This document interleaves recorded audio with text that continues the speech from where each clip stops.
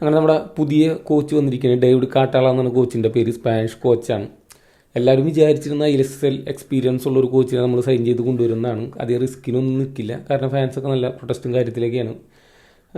പക്ഷേ ഈ കോച്ച് നോക്കണമെങ്കിൽ വളരെ യങ്ങാണ്, അതേ എക്സ്പീരിയൻസ് ഒന്നുമില്ല, വലിയ സക്സസ്ഫുൾ കോച്ച് എന്നൊന്നും പറയാനൊന്നുമില്ല. അപ്പോൾ അതിൻ്റെ ഒരു എക്സ്പീരിയൻസ് പോലെയാണ് എല്ലാവർക്കും ഫീൽ ചെയ്യുന്നത്. അതുകൊണ്ട് വലിയ ഹൈപ്പും കാര്യങ്ങളൊന്നുമില്ല. പക്ഷേ നമ്മൾ പ്രൊഫൈലൊക്കെ നോക്കുകയാണെന്നുണ്ടെങ്കിൽ ഒരു ഇവാൻ ടൈപ്പ് കോച്ചാണ്. ആദ്യമായിട്ട് ഇന്ത്യക്ക് വരുന്നത്, യങ്ങാണ്, ഫുട്ബോൾ പ്ലെയർ ആയിരുന്നു. പിന്നെ 3-4 ക്ലബ്ബുകൾ മാത്രമേ ഇതിനു മുമ്പ് കോച്ച് ചെയ്തിട്ടുള്ളൂ. കോച്ചിങ് കരിയർ ഇങ്ങനെ തുടങ്ങിയിട്ടുള്ളൊരവസ്ഥ. അങ്ങനെ ഒരു കോച്ചാണ്. ഇതിനു മുമ്പ് നമ്മൾ കൊണ്ടുവന്ന കോച്ച് സ്റ്റാറെ ഭയങ്കര എക്സ്പീരിയൻസ് ആയിരുന്നു പുള്ളിക്ക്. 15-16 വയസ്സ് തൊട്ടിട്ട് പുള്ളി കോച്ചിങ് കരിയർ തുടങ്ങിയാണ്. പിന്നെ ഏഷ്യൻ എക്സ്പീരിയൻസ് ഉണ്ട്, അറൗണ്ട് ദ ഗ്ലോബ് കോച്ച് ചെയ്തിട്ടുള്ള വലിയൊരു കോച്ചായിരുന്നു സ്റ്റാറെ. പക്ഷേ അതിന് കംപ്ലീറ്റ് ഓപ്പോസിറ്റാണ് ഡേവിഡിൻ്റെ പ്രൊഫൈൽ എടുത്ത് നോക്കിയാൽ നമുക്ക് കാണാനായിട്ട് സാധിക്കുക. പിന്നെ ഡേവിഡിനെ എന്തുകൊണ്ട് നമ്മൾ സൈൻ ചെയ്തു, എത്ര നാൾ ഡേവിഡിനെ ഫോളോ ചെയ്തെന്ന കാര്യങ്ങളൊന്നും ഉറപ്പില്ല. എന്തായാലും STക്ക് ഇങ്ങനെ 2-3 കൊല്ലമായിട്ട് ഫോളോ ചെയ്യുന്ന കോച്ചൊന്നും പറയാൻ പറ്റില്ല. കാരണം പുള്ളിക്ക് ആകെ 3-4 കൊല്ലത്തെ എക്സ്പീരിയൻസേ ഉള്ളൂ. പിന്നെ ഈ പറഞ്ഞ പോലെ December 16 നമ്മൾ സ്റ്റാറിനെ സാക്ക് ചെയ്തത്.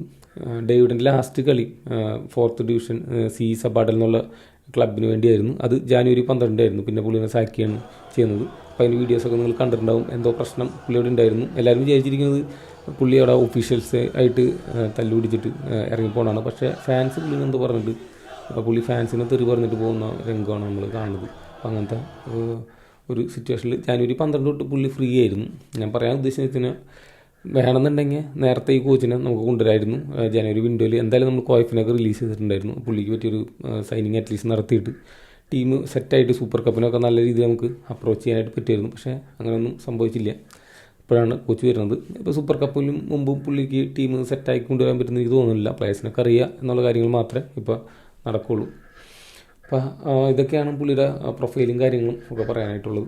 ഇനി നമുക്ക് പുള്ളിയുടെ കളിയിലേക്ക് കിടക്കാം. സ്റ്റാറെ, ഇവാൻ, കിബു തുടങ്ങിയ കോച്ചുകളൊക്കെ വന്നപ്പോൾ അവരുടെ ഗെയിം സ്റ്റൈലിനെ കുറിച്ച് മനസ്സിലാക്കണമെന്നുണ്ടെങ്കിൽ നമ്മൾ അവരുടെ പഴയ മാച്ചസൊക്കെ ഇരുന്ന് കണ്ടിട്ട് വേണം അവരുടെ ഗെയിം സ്റ്റൈൽ അല്ലെങ്കിൽ പ്രിൻസിപ്പൾസൊക്കെ മനസ്സിലാക്കാനായിട്ട്. പക്ഷേ കാറ്റാളുടെ കേസിൽ പുള്ളിക്ക് സ്വന്തമായിട്ട് യൂട്യൂബ് ചാനലുണ്ട്. അപ്പോൾ അവിടെ പുള്ളി വ്യക്തമായിട്ട് പുള്ളിയുടെ പ്രിൻസിപ്പൾസും അല്ലെങ്കിൽ പുള്ളിയുടെ കളി എങ്ങനെയാണ് ഡിഫെൻഡ് ചെയ്യുന്നതിനെ കുറിച്ചുള്ള വീഡിയോസ് എടുത്തിട്ടുണ്ട്. അപ്പോൾ ഞാൻ യൂട്യൂബ് ചാനലിൻ്റെ ലിങ്ക് ഡിസ്ക്രിപ്ഷനിൽ കൊടുക്കുക. നിങ്ങൾക്ക് തന്നെ പോയിട്ട് പുള്ളിയുടെ വീഡിയോസ് കാണാവുന്നതാണ്. അപ്പോൾ പുള്ളിയുടെ പ്രിൻസിപ്പളും കാര്യങ്ങളും പുള്ളി വീഡിയോ ഒക്കെ എടുത്ത് റെഡിയാക്കി വെച്ചിട്ടുണ്ട്. അത് ഒരു 1-2 ഇയേഴ്സ് ബാക്ക് പുള്ളി ചെയ്തിട്ടുള്ള വീഡിയോസാണ്. പ്രധാനമായിട്ടും അപ്പോളോ ലുമാസോൾ അല്ലെങ്കിൽ പുള്ളിയുടെ ഫസ്റ്റ് ക്ലബിലൊക്കെ വീഡിയോസാണ് അതിൽ യൂസ് ചെയ്തിരിക്കുന്നത്. അതിൽ പുള്ളിയുടെ ഹൈലൈറ്റ്സാണ് അതിൽ എടുത്ത് കാണിച്ചിരിക്കുന്നത്. അത് ഇതൊക്കെയാണ് എൻ്റെ പ്രിൻസിപ്പൾസ് എന്ന് കാണിക്കുന്നത്. അത് എത്രമാത്രം പുള്ളി ഇംപ്ലിമെൻറ്റ് ചെയ്തിട്ടുണ്ട് ഒരു ടീമിൽ എന്നുള്ള കാര്യങ്ങളൊക്കെ മനസ്സിലാക്കണമെന്നുണ്ടെങ്കിൽ പുള്ളിയുടെ മാച്ച് വീഡിയോസ് തന്നെ കണ്ടാലേ നമുക്ക് മനസ്സിലാവുള്ളൂ. അപ്പോൾ ഈ വീഡിയോയിൽ ഞാൻ ഡിസ്കസ് ചെയ്യുന്നത് പ്രധാനമായിട്ടും പുള്ളി ലാസ്റ്റ് കോച്ച് ചെയ്ത സ്പാനിഷ് 4th ഡിവിഷൻ ടീമായിട്ടുള്ള സി സബാഡൽ എന്ന് പറഞ്ഞിട്ടുള്ള ടീമിൻ്റെ വീഡിയോസാണ്, അല്ലെങ്കിൽ മാച്ച് കണ്ടിട്ടുള്ള വീഡിയോസാണ് ഞാനിതിൽ യൂസ് ചെയ്തിരിക്കുന്നത്.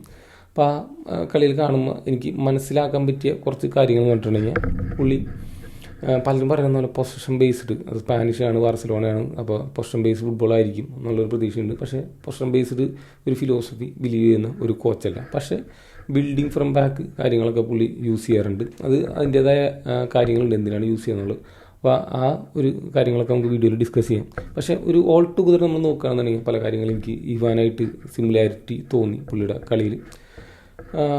സ്റ്റാറയിൽ നിന്നും ഭയങ്കര ഓപ്പോസിറ്റ് ആയിട്ടുള്ള ഒരു കോച്ചാണ്. സ്റ്റാറയുടെ ഒരു കളിയൊക്കെ നമ്മൾ കണ്ടിട്ടുണ്ടെങ്കിൽ തായ്ലാൻഡിലെ കളിയൊക്കെ കാണുമ്പോൾ പുള്ളി അറ്റാക്കിംഗ് മൈൻഡായിട്ടുള്ള കോച്ചാണ്. അറ്റാക്കിന് വേണ്ടി കുറച്ച് പ്ലെയേഴ്സിനെ കമ്മിറ്റ് ചെയ്ത് വെക്കും, എന്നിട്ട് പെട്ടെന്ന് അറ്റാക്ക് തുടങ്ങുക, അങ്ങനത്തുള്ള കാര്യങ്ങളാണ് സ്റ്റാറയുടെ കേസിലുണ്ടായിരുന്നത്. പക്ഷേ ഈ പുള്ളി കുറച്ചും കൂടി ഡിഫൻസ് ഓറിയൻറ്റഡ് ആയിട്ടുള്ള കോച്ചാണ്. സെൻറ്റർ ബാക്ക് ആയിരുന്നു പുള്ളി. 500-ലധികം കളിയിൽ കളിച്ചിട്ടുള്ള ഒരു പ്ലെയറാണ് സെൻറ്റർ ബാക്കായിട്ട്. അപ്പോൾ അങ്ങനെ ഡിഫൻസിനെ സെറ്റാക്കി വെച്ചിട്ടുള്ള അറ്റാക്കിംഗ് പരിപാടികൾ, അതിന് റിസ്ക് ഒന്നും എടുക്കാത്ത ഒരു കളിയാണ് പുള്ളി ചെയ്യുന്നത്. അറ്റാക്കിങ് അല്ലെങ്കിൽ വിത്ത് ദ ബോൾ പുള്ളിയുടെ കളീനെ കുറിച്ച് പറയുകയാണെന്നുണ്ടെങ്കിൽ പ്രധാനമായിട്ടും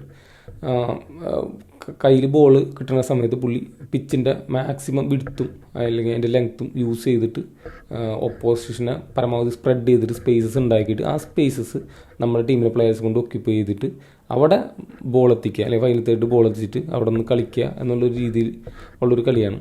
ഞാൻ കുറച്ചും കൂടി വീഡിയോസ് ആയിട്ട് പറഞ്ഞുതരാം. നമുക്ക് കറ്റാലയുടെ ടീമിൻ്റെ ബിൽഡപ്പ് ഒന്ന് കാണാം. മഞ്ഞ ടീമാണ് കറ്റാലയുടെ, ചുമപ്പ് കളർ ഓപ്പോസിഷൻ ടീം. ബിൽഡപ്പിൻ്റെ ഫേസിൽ എന്ത് ചെയ്യും, ഒരു പൊസിഷൻ ഫുട്ബോൾ കളിക്കാവുന്ന രീതിയിൽ 2 സെൻറ്റർ ബാക്കും ബോക്സിലേക്ക് ഇറങ്ങി വരും. അതേപോലെ തന്നെ നമ്പർ 6 പ്ലെയർ ഇറങ്ങി വന്നിട്ട് ഒരു ട്രയാങ്കിൾ ഗോൾ കീപ്പറിൻ്റെ ഫ്രണ്ടിൽ ഫോം ചെയ്യും. ഇത് കാണുമ്പോൾ നമ്മൾ ബോൾ അവിടെ തട്ടി കളിക്കുന്നു വിചാരിക്കും. അപ്പോൾ ഇത് പ്രതീക്ഷിച്ച് ഒപ്പോസിഷൻ ടീം എന്ത് ചെയ്യും, ഇറങ്ങി നമ്മളെ പ്രസ് ചെയ്യാനായിട്ട് വരും. അപ്പോൾ എന്താ സംഭവിക്കുകയെന്ന് വെച്ചിട്ടുണ്ടെങ്കിൽ മിഡ്ഫീൽഡിൽ ഇഷ്ടംപോലെ സ്പേസ് രൂപപ്പെടും. നമ്മുടെ മറ്റേ സെൻട്രൽ മിഡ്ഫീൽഡ് പ്ലെയർക്ക് ഇഷ്ടംപോലെ സ്പേസ് ഉണ്ടാകും. അപ്പോൾ ആ ഒരു സ്പേസ് കുറയ്ക്കാനായിട്ട് ഒപ്പോസിഷൻ ടീം സെൻട്രൽ ബാക്സൊക്കെ അവരെ ഒരു ഹൈ ലൈൻ ഫോം ചെയ്യാനായിട്ട് കയറി വരും. അപ്പോൾ ഈ സെൻട്രൽ ബാക്സിൻ്റെ പിറകിലും ഗോൾ കീപ്പറിൻ്റെ ഇടയിലും ഒരു സ്പേസ് രൂപപ്പെടും. ഈ സ്പേസ് ഒരു അറ്റാക്കിംഗ് ത്രെറ്റായിട്ട് മാറ്റിയെടുക്കുകയാണ് കറ്റാല ചെയ്യുന്നത്.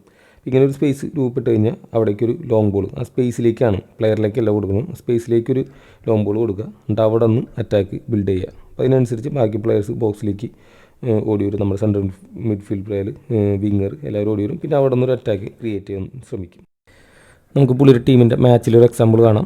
2 സെൻട്രൽ ബാക്സും ബോക്സിൽ ഇറങ്ങി വന്നിട്ട് DM ഒക്കെ വന്ന് ഒരു ട്രയാങ്കിൾ അവിടെ ഫോം ചെയ്തിട്ടുണ്ട്. പക്ഷേ അവിടെ നിന്ന് ബോൾ തട്ടി കളിക്കാണ്ട് central back player passing option നോക്കാം. മിഡ്ഫീൽഡൊക്കെ ഇഷ്ടംപോലെ സ്പേസ് ഉണ്ട്. പക്ഷേ നേരെ പുള്ളി ഫോർവേഡ് ലൈനിലേക്കാണ് ബോൾ കൊടുക്കുന്നത്. അതും ആ ഒരു ഡിഫൻഡേഴ്സിൻ്റെ പിറകിലുള്ള സ്പേസ് എക്സ്പ്ലോയിറ്റ് ചെയ്യാൻ തന്നെയാണ് ഇവിടെ ഉദ്ദേശിക്കുന്നത്. ലോങ് ബോൾ ട്രാപ്പ് ചെയ്യുന്ന ടൈം കൊണ്ട് ബാക്കി വിങ്ങറും മറ്റേ സെക്കൻഡ് സ്ട്രൈക്കറൊക്കെ എന്ത് ചെയ്യും, ബോക്സിലേക്ക് റണ്ണ് മേക്ക് ചെയ്യും. മറ്റേ സൈഡിലെ വിങ്ങറും ബോക്സിലേക്ക് റണ്ണ് മേക്ക് ചെയ്യുന്നുണ്ടാവും. അങ്ങനെ വളരെ പെട്ടെന്ന് എന്ത് ചെയ്യും, ഒരു അറ്റാക്ക് ഇവിടെ പ്ലെയർക്ക് ബോൾ കളക്ട് ചെയ്യാനായിട്ട് പറ്റുന്നില്ല, അല്ലെങ്കിൽ ഒരു നല്ലൊരു ഗോൾ സ്കോറിങ് ചാൻസായി മാറിയാനായിരുന്നു. വേറൊരു എക്സാമ്പിളാണ് ഈ ഒരു കേസിൽ DM കുറച്ച് ഇറങ്ങി നിൽക്കണം. വീണ്ടും സെൻട്രൽ ബാക്കിന് പാസ് കൊടുത്തിട്ട് സെൻട്രൽ ബാക്ക് ഒരു മൂവ്മെൻറ്റ് ഡിക്റ്റേറ്റ് ചെയ്തു നേരെ ആ സെൻട്രൽ ബാക്സിൻ്റെ പിറകിലുള്ള സ്പേസിൽ കൊടുക്കുകയാണ്. സെക്കൻഡ് സ്ട്രൈക്കറായിട്ട് ഒരു കോമ്പിനേഷൻ കളിച്ചിട്ട് സെക്കൻഡ് സ്ട്രൈക്കർ ഷോട്ട് ചെയ്യണം, ഗോൾ കീപ്പർ പിടിക്കുകയാണ്. പക്ഷേ ഇൻ്റൻ്റെ അവിടെ വ്യക്തമാണ്. ഈ ഒരു കേസിൽ സെൻട്രൽ ഫോർവേഡിന് ബോൾ കൊടുക്കണം, പുള്ളിയോട് ട്രാപ്പ് ചെയ്യുന്നു. പക്ഷേ അടുത്തൊരു എക്സാമ്പിൾ നോക്കാം. ഈ ഒരു കേസിൽ ബോൾ പരമാവധി വൈഡിലേക്കൊക്കെ പ്ലേ ചെയ്തിട്ട് ഒപ്പോസിഷനെ പരമാവധി ഒരു സ്ട്രെച്ച് ചെയ്യുന്നുണ്ട്. വീണ്ടും സെൻട്രൽ ബാക്കിന് DM പാസ് കൊടുക്കാൻ ഓപ്ഷൻ ഉണ്ട്. പക്ഷേ DM വലിയ റോളില്ല, നേരെ അടുത്ത സെൻട്രൽ ബാക്കിന് ബോൾ കൊടുക്കണം. അപ്പോൾ പുള്ളിയുടെ ബോൾ ഓടിയ പുള്ളി ഒരു മൂവ്മെൻറ്റ് അവിടെ ഫ്രണ്ട് ലൈനിൽ ഡിക്റ്റേറ്റ് ചെയ്തിട്ട് നേരെ ഒരു ലോങ് ബോൾ കൊടുക്കണം. ഇവിടെ സംഭവിച്ചത് എന്താണെന്ന് വെച്ച് കഴിഞ്ഞാൽ നമ്മുടെ സെൻട്രൽ ഫോർവേഡ് എന്ത് ചെയ്യും, അവർ 2 സെൻട്രൽ ബാക്കിനെയും ഡിസ്ട്രാക്ട് ചെയ്തു. അതിൻ്റെ പിറകിലൂടെ സെക്കൻഡ് സ്ട്രൈക്കർ റണ്ണ് വയ്ക്കുകയാണ്. പക്ഷേ പുള്ളിക്ക് ബോൾ ട്രാപ്പ് ചെയ്യാൻ പറ്റില്ല. വളരെ എളുപ്പത്തിൽ അവിടെ എന്തെങ്കിലും ഒരു ചാൻസ് ക്രിയേറ്റ് ആണ് ചെയ്തത്. ഗോൾ കീപ്പറും സെൻട്രൽ ബാക്സും മാത്രമല്ല, ഫുൾ ബാക്സും ഇതേപോലെ ലോങ് ബോൾ ഫ്രണ്ടിലേക്ക് കൊടുക്കാറുണ്ട്. ഈ കേസിലും ബോളൊക്കെ തട്ടിക്കളിച്ച് ഒപ്പോസിഷൻ പ്ലെയറെ പയ്യെ കയറ്റിക്കൊണ്ട് വന്നിട്ട് DMലേക്ക് പാസ് കൊടുക്കും. പക്ഷേ പുള്ളി നേരെ തിരിച്ച് സെൻട്രൽ ബാക്കിന് കൊടുക്കണം. എന്നിട്ട് ഈ ഫുൾ ബാക്കിൻ്റെ അടുത്തെത്തിയപ്പോൾ പുള്ളി ഒരു മൂവ്മെൻറ്റ് ഡിറ്റക്റ്റ് ചെയ്തു, എന്നിട്ട് ആ ഏരിയയിലേക്ക് ബോൾ കൊടുക്കണം. ഇങ്ങനെ പുള്ളി എഫക്റ്റീവായിട്ട് എന്ത് ചെയ്യാം, വളരെ പെട്ടെന്ന് അറ്റാക്ക് ക്രിയേറ്റ് ചെയ്യുന്നുണ്ട് നമ്മുടെ ഓപ്പോസിഷൻ സെൻട്രൽ ബാക്സിൻ്റെ പിറകിലുള്ള സ്പേസ് യൂസ് ചെയ്തിട്ട്.